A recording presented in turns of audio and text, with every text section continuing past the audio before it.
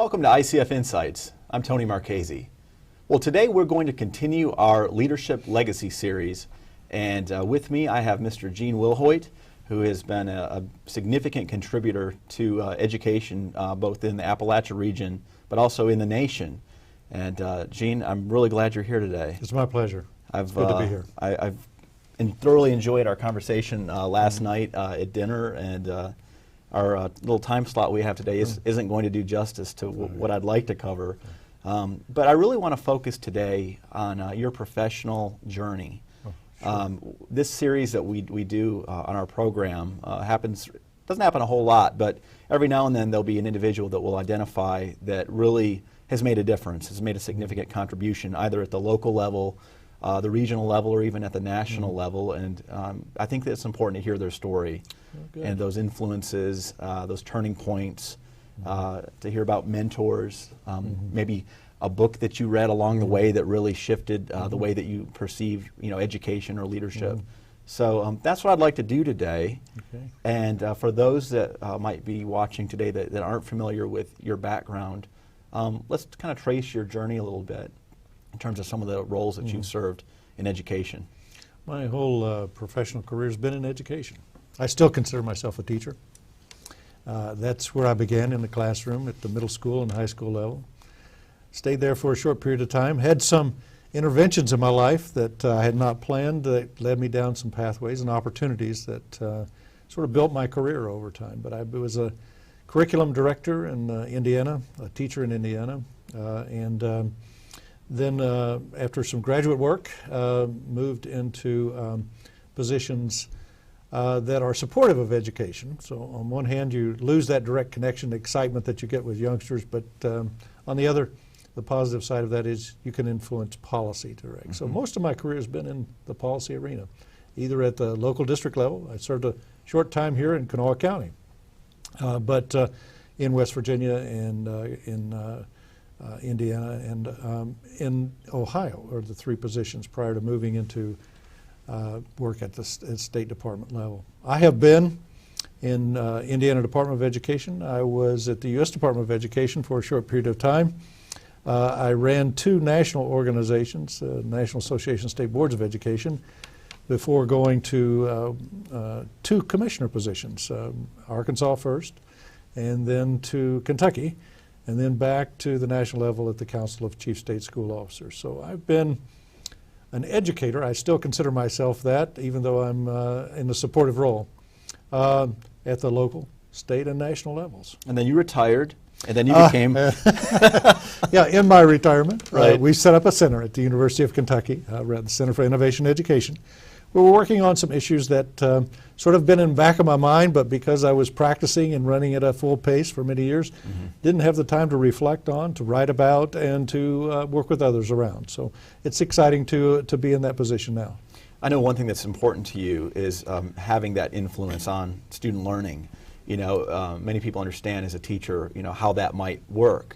How did you maintain that in those higher level positions?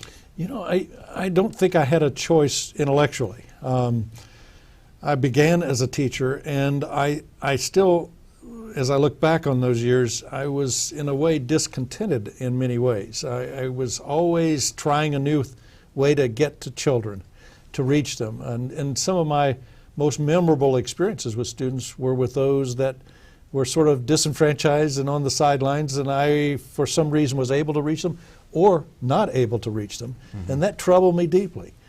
So that struggle drew me into this study of curriculum, instruction, and I held on to that as a director of curriculum. But as I got into administration, I noticed that there was often an absence of this conversation around what is teaching and learning, what are the needs of students, how can we better inform the teaching and learning process, how can we build skills among teachers to help them, because after all the policies in the world, and don't mean to demean those, but none of those policies are going to have direct impact unless our students are engaged in learning in really exciting ways, and our teachers have the competencies to reach those students and have the support systems around them to make instruction a positive force in the lives of children. And throughout my career, we've had this sort of transition in society. That is, we are more and more experiencing children in poverty, children coming to school with major issues that teachers have to face. So it's even more important now that without some of those supports that existed in society prior to recent years, that the teachers have the skill base and the support structures around them. And when I got even to the national level, it was interesting that people began to gravitate to me because I was interested in these things, and they had not had those kinds of deep conversations, and I think that was an asset to my ability to influence others. Many people in education, either at the teacher level, principal level, district level, state superintendent level, view you as a mentor, and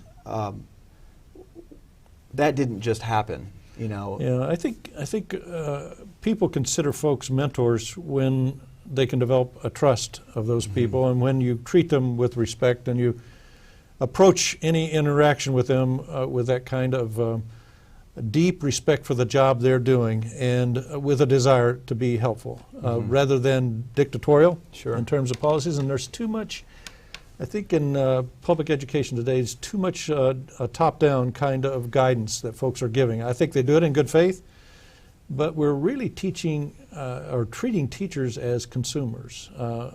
Somebody else's ideas come along, and we say, this is the next program that's going to be helpful to you, or this is the next kind of theory of work that we want you to implement. And they don't have, in many cases, the kind of input into that those programming directions that need to be there. And so sort of approaching folks with this idea that you are important. In fact, you know a lot more about teaching and learning than the folks who are setting policy in many cases.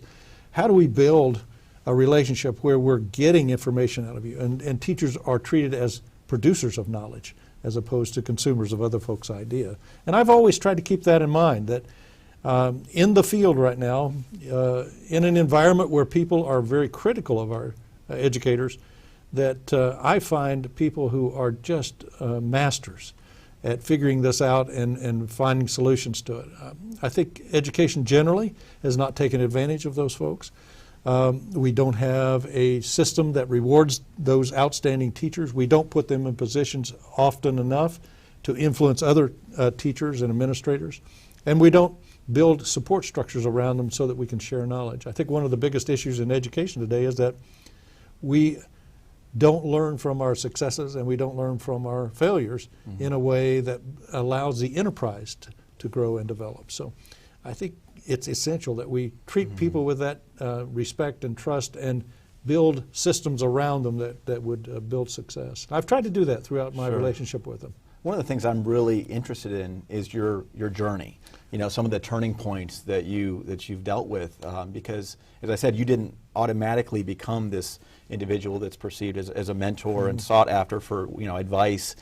There had to be some things that happened in your life that really helped shape how you think, how you work, and so I'd like to talk about some of those origins.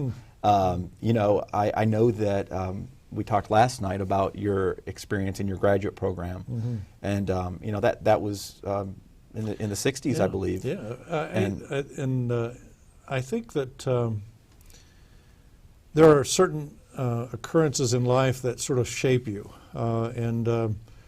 I was a young teacher, just beginning a career, and there are two experiences that sort of shaped my early thinking. The first was how we treat a young teacher in those first experiences is so important. And I mentioned to you last night that I had a principal named Robert Mahan, and in an outward appearance was very stern, sort of withdrawn from folks. It wasn't the kind of mentor that one would expect that would develop a really strong personal relationship. So as a young teacher, I was experiencing some frustration with students who had very limited knowledge. I tried some deep engagement policies with them in my classrooms.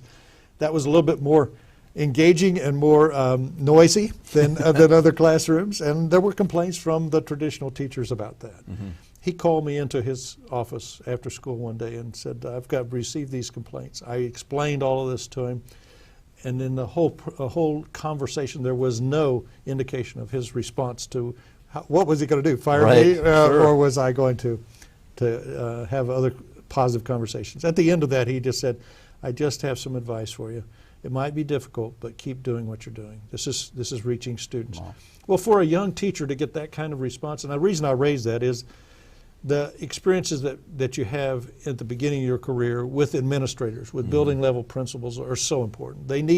Teachers need to know that there's a support base there and that there's somebody watching for them, somebody who's willing to mentor them. This same person then called me into his office a couple of years later and said, "You're leaving me."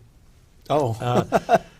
It wasn't as if I, Gene Wilhoit, had a choice in Right, this. He had sure. decided I was going to go to this program. He had pulled out a folder of a Ford Foundation program.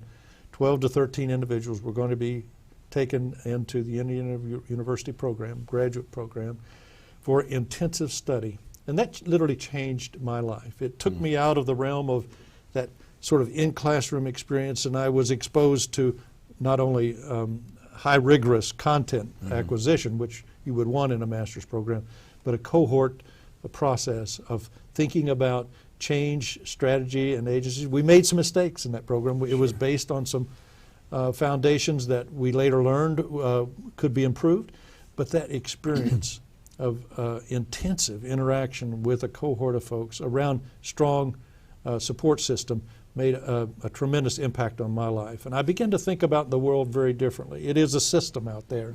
We have components within that system that need to be addressed. It's so important to build high-quality curriculum designs for folks to teach against. And had some direct experience in writing some textbooks and assisting with that process. Experiences I wouldn't have had in a traditional way. So that influenced my life directly.